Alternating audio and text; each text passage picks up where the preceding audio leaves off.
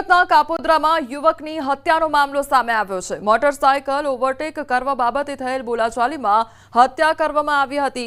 તો ઘટનામાં સુરેશ ચિત્રોડાનું મોત નીપજ્યું હતું। મોટરસાયકલને ઓવરટેક કરતા ઝઘડો થયો હતો। મોટરસાયકલ જોઈને અને ધીમે ચલાવવા ટકોર કરી હતી અને ગાળો આપતા બોલાચાલી ઉગ્ર બની ગઈ હતી। જે બાદ ઝપાઝપી થતા આરોપીએ પોતાના પાસે રહેલા ઘાતક હથિયાર વડે હત્યા કરી નાખી।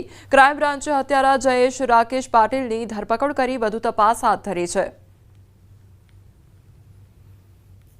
મોડી રાત્રે એક મોટરસાયકલ ચાલકને બીજા મોટરસાયકલ ચાલકે ચપ્પુ મારી અને ભાગી ગયેલાની એક ગુનો દાખલ થયેલો હતો। અનડિટેક મર્ડર હતું। મરણ જનાર અને મારનાર બંને અનઆઇડેન્ટિફાય હતા।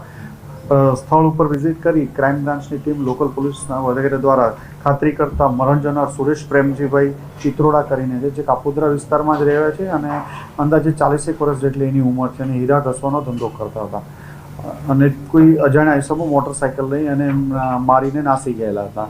આ બાબતે ક્રાઇમ બ્રાન્ચની ટીમે ગણતરીના કલાકોમાં જ એક જયેશ રાકેશ પાટીલ જે ચપ્પુ મારવાવાળો હતો એને પકડી પાડવામાં આવ્યો છે।